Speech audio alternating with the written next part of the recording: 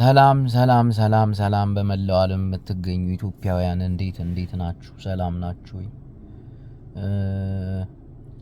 ኤርትራውያንም ይመለከታል።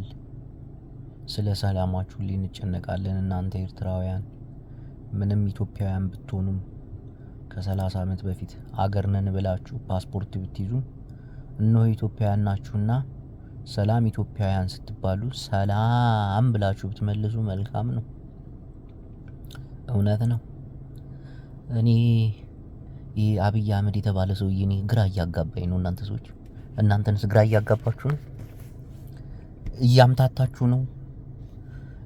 የሚጨበጥ የሚያዝ ነገር የሌለው ሰውዬ በቃ እዚህ ነው ስትለው እዛ ነው ስትል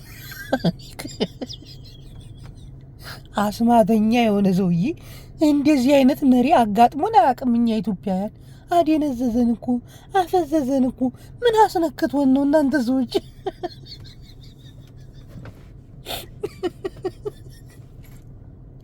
አይ ይሄ ሰውዬ አብይ አህመድ አይደለም፣ የሆነ ትልቅ ፖለቲከኛ ውጦ ነው የመጣው። እንዲህ በቀይ ባህር ጉዳይ ላይ የሆነ ነገር ቢነሳ ቀይ ባህር አሁን የደም ማዕበል ልትሆን ውጥንቅጧ ጠፍቶ አሜሪካን ነው የመን ላይ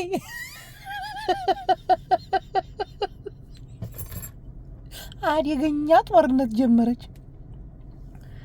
የአሜሪካ አውሮፕላን ጫኝ መርከብን አነደደችው የመን። ተመልከቱ እንግዲህ ይሄ ሰውዬ ቀይ ባህርን ስለተመኘ እኮ። ይሄ ሰውዬ መተተኛ ነው። የሆነ ነገር ሲያስብ የሆነ ውጥንቅጥ ውስጥ ነው የሚገባው።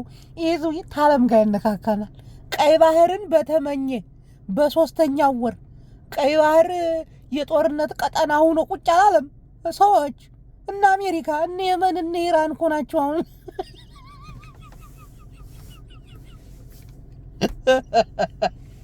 ይሄ ሰውዬማ ከጀርባው ትልቅ ሰው አለ። እንዲህ ግድንግል ሰው አለ። እናቴን እኔ እንዲቀላል እያየሁት ያልተማረም ደደብ ነው፣ ዶክተር አይደለም፣ ውሸቱን ነው፣ ቅል ራስ ነው። እንዲያሰብ ነው አይደለም። ይሄ ሰው እያካሄዱ እንዲያሰብ ነው አይደለም። አሁን ያለው የቀይ ባህር ውጥንቅጥ አስቡት እስቲ። አሁን አሜሪካ ምን እንደምትፈልግ አስቡ። ቀይ ባህር ላይ የመን ጦሯን ከሳለች፣ እነሆ ኢራን ከየመን ጎን ከቆመች ጦርነቱ የት ነው የሚሆነው? የት ነው የሚሆነው? ሰዎች እዛችሁ ሚድሊስ ውስጥ ነው የሚሆነው።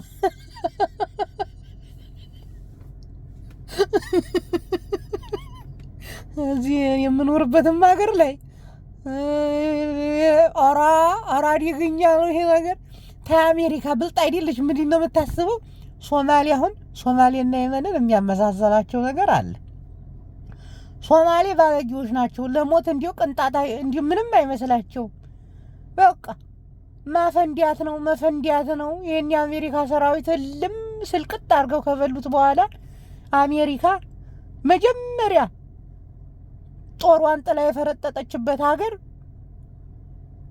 እንትን ነው፣ ይሄ ሶማሌ ነው። ከሶማሌ ቀጥሎ ደግሞ ለጥቆ ነው። ቀጥሎ አይባልም። እሺ ወንድሜ ለጥቆ ደግሞ የወጣችው ከአፍጋኒስታን ነው። የመንና ሶማሌ፣ አፍጋኒስታን ደግሞ ተዋጊ ህዝቦች ናቸው። አይምሩም፣ ለህይወታቸው አይሳሱም። እና አሳጅቦ ምን ማለት ፈልገህ ነው? እናማ ወንድሜ ተረጋጋ እስቲ። 2 ሰው ሆንኩኝ ዛሬ። ገና አብይ አህመድ 10 ሰው ነው የሚያደርገኝ። 10 ሰው ታማ። አሁን ይሄን የቀይ ባህርን ነገር ለመቆጣጠር በርከት ያለ ህዝብም ተዋጊ ህዝብም ኢትዮጵያዊ እንደሆነ እናውቃለን። ኢሳያስ አፈወርቄን አፉን በብላስተር እጁን በካቴና አሜሪካ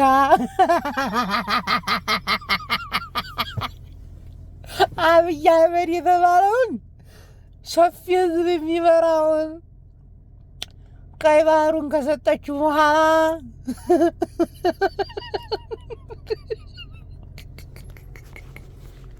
እግዚአብሔርን አብይ አህመድ ኤርትራን ተውት። የአባቶቻችን ግዛት የመን ነው ብሎ ካልዘመተቱ ምን አለ ጫላ ትሉኛላችሁ?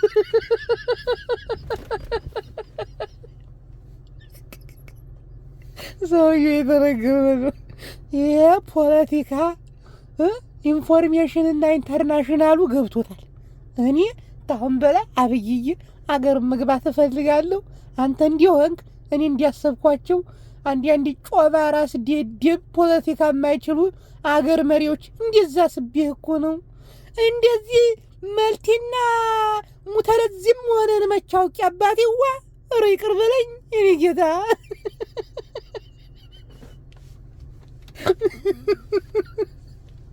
አሁን አሜሪካ ደግሞ ከዚህ በፊት ያልቻለችውን ጦር መርከቦቿን እያፈኑና እያጋዩ ያስቸገሯቸውን ሶማሌዎች ከመለስ ዜናዊ ጋር በመነጋገር አዴብ አስገዝታቸው ነበር። እስካሁን የኢትዮጵያ ጦር ሶማሌ ላይ እንደፈለገ የሚፈነጨው ለምን አሁን ገባኝ። አሁን አብይ አህመድ ከመንደር ፖለቲካ አውጥቶ ዓለም አቀፋዊ አክቲቪስት ሊያደርገኝ ነው። የኔ አባት እድሜ ይስጥ።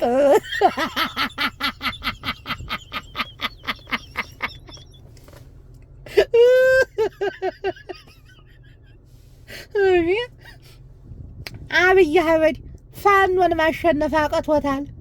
ምን አባቱ የት አባቱ ይደርሳል ምናምን ስል ነበር። ለኬ ሌላው ኬዙ እዚህ ጋ ነው። አይ አልገባንም። ፋኖን እየተደበረበት ነው። ትግሬዎችማ አረመኔም ጨካኝም ፖለቲከኛም ስለሆኑ ፕሪቶሪያ ድረስ ወስዶ ተስማምተው ፈርመው አሁን የቀረው ኦላ ነው። ኦላንም እየተደበረበት ነው። የሆነ ነገርማ አለ ሰው ይህ ሰውዬ ሊያስጨልለኝ ነው። እግዚአብሔር እንዴ አሁን ዝም እየዛዘው የመን አሜሪካን አስቡት እንዲ ታይራን ጋር ተነካክታለች። ከስንት ዓለም ጋር ተነጋግራለች። ተመልከቱ። አሜሪካ ከዓለማችን አንደኛው የጦር መሪ ዓለምን በተዘዋዋሪም በቀጥታም የምትዘውር አይደለም የምትዘውር የራሷን ፕሬዝዳንቶች፣ የራሷን ጠቅላይ ሚኒስትሮች፣ የራሷን አገር መሪዎች በዲፕሎማሲና በነጻነት እየመረጠች 4 ዓመት 8 ዓመት እየሰጠች ምርጫ የምታካሄድ ሀገር። ሌሎች ሀገር ላይ እኮ ጣልቃ ግብት ብላ ግልብጥብጥ አድርጋ የፈለገችውን መንግስት ቁጭ የምታረግ ታላቅ ሀገር። ተመልከቱ። የሶማሌ እንኳን እንደ የመን አልደፈራትም እኮ ሶማሌ። የአሜሪካ የሆኑ መርከቦችን የንግድ መርከቦችን ሲጠልፍ ብር ሲቀበል ምናምን ነው መንገድ ላይ አስቸግሯት ነው። የመን የአሜሪካ የጦር አየር ማከማቻ ትልቁን አነደደችው። ቀይ ባህር ነደደች። ቀይ ባህር ስነድ ደግሞ ህዝብ ያስፈልጋል። የአሜሪካ ወታደር ደግሞ ህዝብ ያስፈልገዋል። ይሄ ሰፊ ህዝብ፣ ይሄ ድሃ ህዝብ አብይ አህመድ ከዚህ በፊት እንዳለው እኛ በጣም ብዙ ነን፣ በዛ ላይ ደግሞ ድሃ ነን፣ ወጣቶችም አሉን ብሎ ግብጥን እንዲያስፈራራት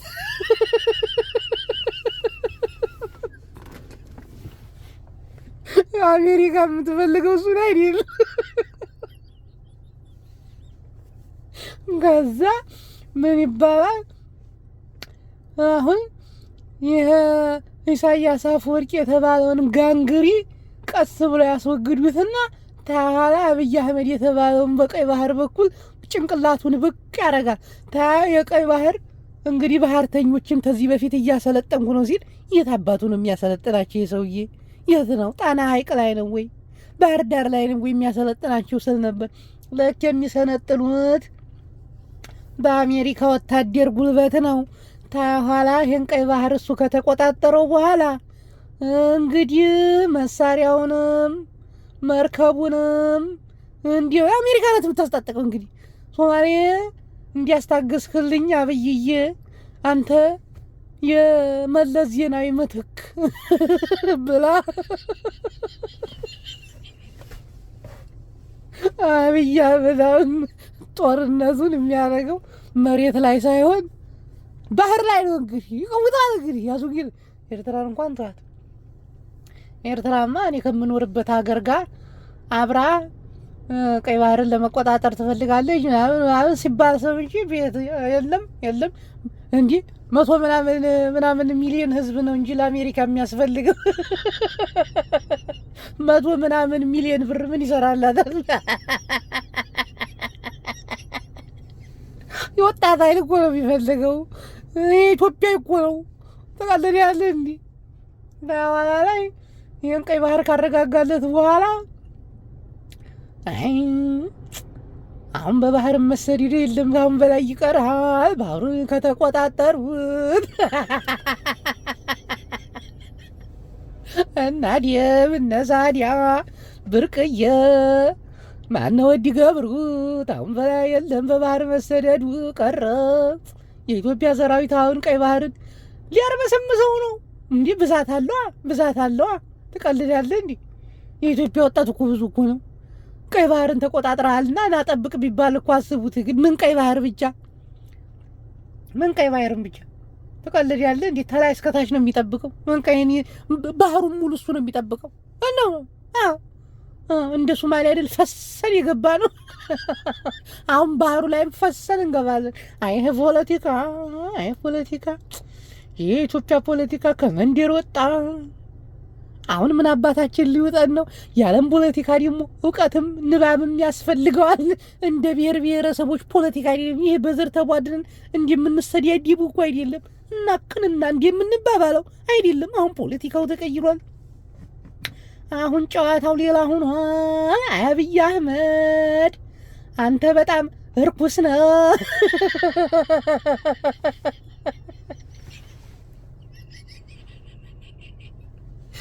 እኮ መጀመሪያ ከትግሬ ጋር ተደራደረ፣ ከትግሬ ጋር ጨዋታ ጀምረዋል ሲባል እኮ ጠረጥር ነበር።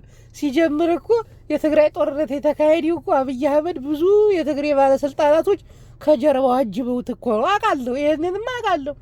እንዲው ደብረ ጽዮንን እንዲው መንቀፍ ደብሮኝ ነው እንጂ አብይ አህመድ ወደ ትግራይ ጦሩን ሲያዘምት እና አርከበ ቁባይ እነ ሳሞራ የተለያዩ አሉ ስማቸው የማይጠቀስ ጄኔራሎች ስማቸውን ደግሞ ማስታወስ የማልችለውም አሉ። ታኋላ ደግሞ ድርድሩ ተደረገ በኋላ ሌሎች ደግሞ ተቀላቀሉ። እነማን? ለምሳሌ ጻድቃን፣ እንደገና ደግሞ በማስቀጠል ይሄ ማን ነበር ስሙ? ጌታቸው ረዳ፣ እንደገና ደግሞ ስዬ አብርሃ።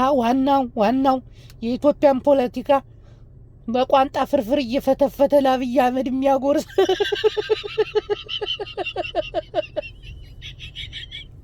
እና ዲያነች አበቤማ አማራን ከከተማው እያጸዱት ነው። እና ሽመልስ አብዲሳማ አማራውን ኦሮምኛ ልመድ እያሉት ነው። እኔ እኮ በዚህ ደረጃ ይህንን ህዝቤን አቆት ለምንድን ነው ላለ ለኪ እነሱ የሉም ተወንጭፈዋል። ወደፊት ሄደዋል። ለኪ ዓለም አቀፋዊ ፖለቲካ ገብተዋል። ለኪ ምን ገብቶኝ እኔ ዲዲብ ዲሙን እኔም ብሎ አብይ ተሳዳቢ ማንኝና የአገሬን መንግስትን የሰደበ እንሆ ጌታ የመረጠውን መንግስት ኢየሱስ ያስቀመጠውን መንግስት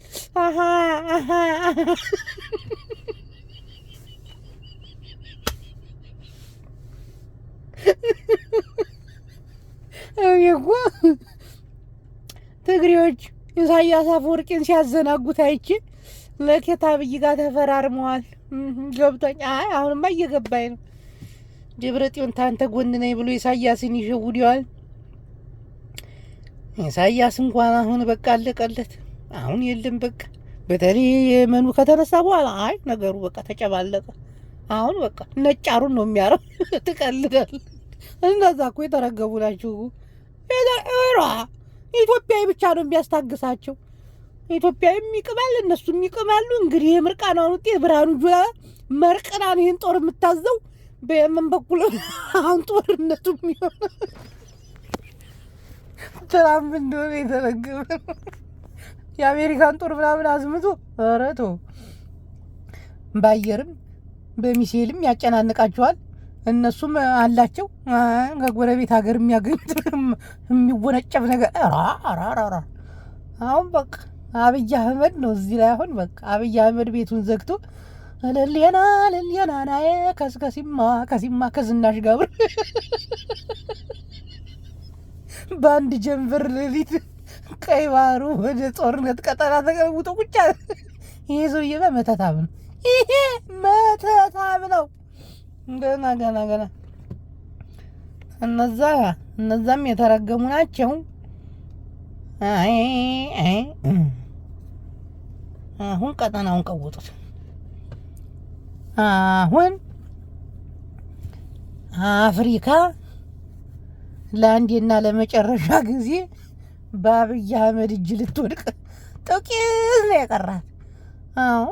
አንዳንድ የፖለቲካ ተንታኞች እንግዲህ የኢትዮጵያ ሉዓላዊነት የኢትዮጵያን ተፈሪነትና ተጠሪነት ኬንያ ወስደዋለች ምናምን ሲባል ነበር።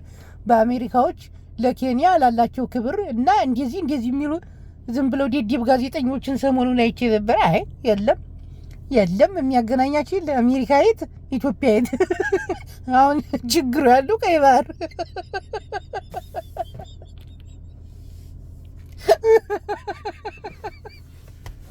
እንግዲህ ባህሪ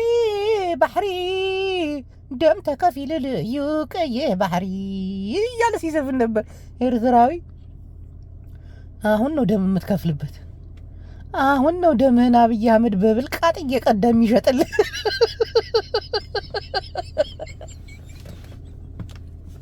አሁን ነው ነገሩ የተበላሹ። አሁን ነው በቃ አሁን ያልከተመለት ያለቀለት ጉዳይ። የኢትዮጵያ ፖለቲከኞች ደግሞ እንዲሁ እናንተ እንኳን አትረቡም። መንደር ለመንደር አብይ አህመድ እኮ ስንቱን አደነዘዙ፣ ስንቱን ጋዜጠኛ መንደር ለመንደር እንዲለፈልፍ አደረገው። እሱ ዓለም አቀፍ ፖለቲካውን አጧጡፎ ብቅ ብሏል። እንግዲህ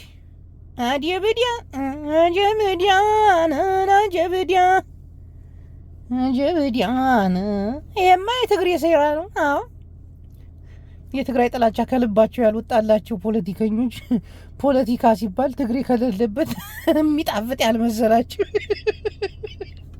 ይሄ አብይ አህመድ ብቻውን የሚሰራው አይደለም።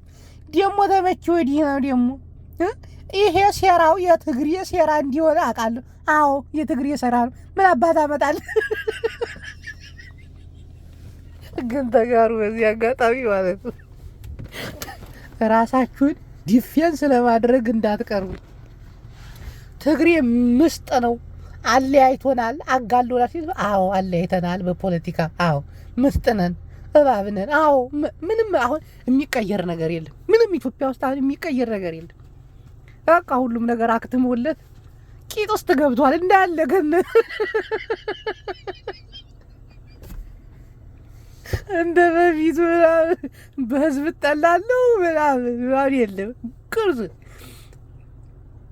በአማራ ላይ ትግሬ የፈጠመው ነገር ትልቅ ወንጀል ነው። አዎ ፈጥመናል። ምን አባት አመጣ።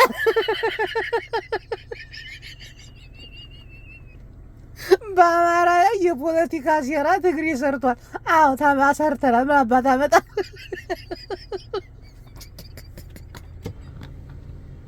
ምክንያቱም የኢትዮጵያ ፖለቲካውን ከፍታ ላይ ነው ያለው። ተቀየስን የለንም። አብይ አህመድ ብቻውን ወደ ሆነ ቦታ ይዞ ላጠ ብሏል ከትግራይ አክቲቪስቶች ጋር ምናምን። እናቴ ከትግራይ ባለስልጣናቶች ጋር የምን አክቲቪስት ነው? የትግራይ ባለስልጣናቶች አብይ አህመድ ጸላኢን አዩ እያሉ አብይ አህመድ ጸላኢን አዩ እያሉ እነሱ ፍቅሪ በፍቅሪ ሆነው ዓለም አቀፍ ፖለቲካውን እያጧጧፉት ነው። በተለይ ትግራይ ለበርካታ ዓመት ኢትዮጵያን ስትገዛ ብዙ ዲፕሎማቲያዎች የሚያውቋት ትግራይ ነው። እንግዲህ ተመልከቱ፣ ህወሓትን ነው ቲፒኤልኤፍን ነው የሚያውቋት። አብይ አህመድ ደግሞ እነሱን ይዞ እነ ሽመልስ አብዲሳን የመንደር ጨዋታ እንዲጫወቱ አድርገዋል። እና ዲያነች አበቤን ምናምን እዚህ ነው በቃ እነሱ ሌላ ዓለም ናቸው። ሌላ ገብተዋል። ፍጡም ሰው ያልሆነ አውሬ ዲያብሎስ አብይ አህመድ እሱ የበቃው ነገር በረከት የለውም። ቀይ ባህር ብሎ የጦርነት ቀጠና አደረገው። ቀውጠውታል። የመሪዎች በጣም ግን አንዳንድ ሰዎች አብይ አህመድን እንደ ቀላል እንዳታዩት፣ እንደ ቀላል እንዳልተማረ ሰው፣ ፖለቲካ እንደማይገባው፣ አገር እንዳፈረሰ ተንኮል፣ የመጨረሻ ተንኮለኛ እስስት የሆነ ባህሪ ያለው ሰው ነው። እስስታዊ ባህሪ ያለው ሰው ይሄ እንዳሰብነው አይደለም። እየሸወደን ነበር፣ በቃ እየሸወደን ነበር። እናቴን ፊልም እየሰራብን ነበር። ዋጋም የለሽ ጅቡ። ዓለም አቀፋዊ ፖለቲካ ልጀምሪ ነው። ዓለም አቀፋዊ ፖለቲካ ሲጀምሪ ደግሞ ያለሽበት ቦታውን በጣም አደጋ ነው። እኔ የምኖርበት አካባቢ ይቀወጣል እኮ ነገሩ። አብይም መጀመሪያ ታይቶት ይሁን ተነግሮት ይሁን አላውቅም፣ ቀይ ባህር ሲል ነበር። ኢሳያስን በዛ ደረጃ ንቆ እንደ ሀገር እንኳን አላየው። ቀይ ባህር መጠየቅ እንችላለን። ደፍሮ እኮ ነው ፓርላማ ላይ የአንዲትን ሉዓላዊ ሀገር የሆነ ማሴር አለ። የሆነ አብይ አህመድማ ተነግሮት ታቅዶ አይዞህ ባያለው። እኔ እሱን ያመንኩት የትግራይ ሰራዊት ከአዲስ አበባ አፍንጫ ሲመለስ ነው። አብይ ነው እንዳትነቁብን፣ የሆነ ነገር ፈልገ ነው አዘጋጅተ አሁን ሌት እንደተዘጋጀ ገባኝ። ሀገረ ትግርኛ አብይ ምን የሚፈልገው አሰብን ነው። ትግሬ የሚፈልገው ሀገረ ትግርኛን ነው። ተነጋግረዋል። አላቅም።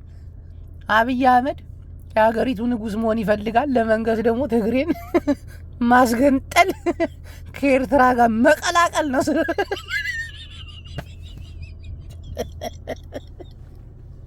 ለማንኛውም አዲሱን የዩቲዩብ ቻናላችንን ሼር፣ ሰብስክራይብ በማድረግ እንዲሁም ሱፐር ቻት እና ሱፐር ስቲከር በመስጠት አበረታቱን። ያውም እንዲሁ በግልም ለማገዝ ከፈለጋችሁ ደግሞ ስልክ ቁጥር ልንገራችሁ። ኧረ ነው እንደ ግን አያጅቡ ቲዲኤፍ በሚል የፌስቡክ ፔጅ ውስጥ በመግባት መልእክታችሁን ብታስቀምጡልኝና አንዳንድ እርዳታችሁንና አንዳንድ እኔን የሚያነቃቃ የሚያበረታታ እንዲሁም ይህንን የፖለቲካ ትንታኔያችንን ሆነ ቅልዳችንን ጨዋታችንን በተለያዩ ሳተላይቶች ለመላው የኢትዮጵያ ሕዝብ እንዲደርስ እንዲሁም አብይ አህመድ በዚህ አጋጣሚ ደውልልኝ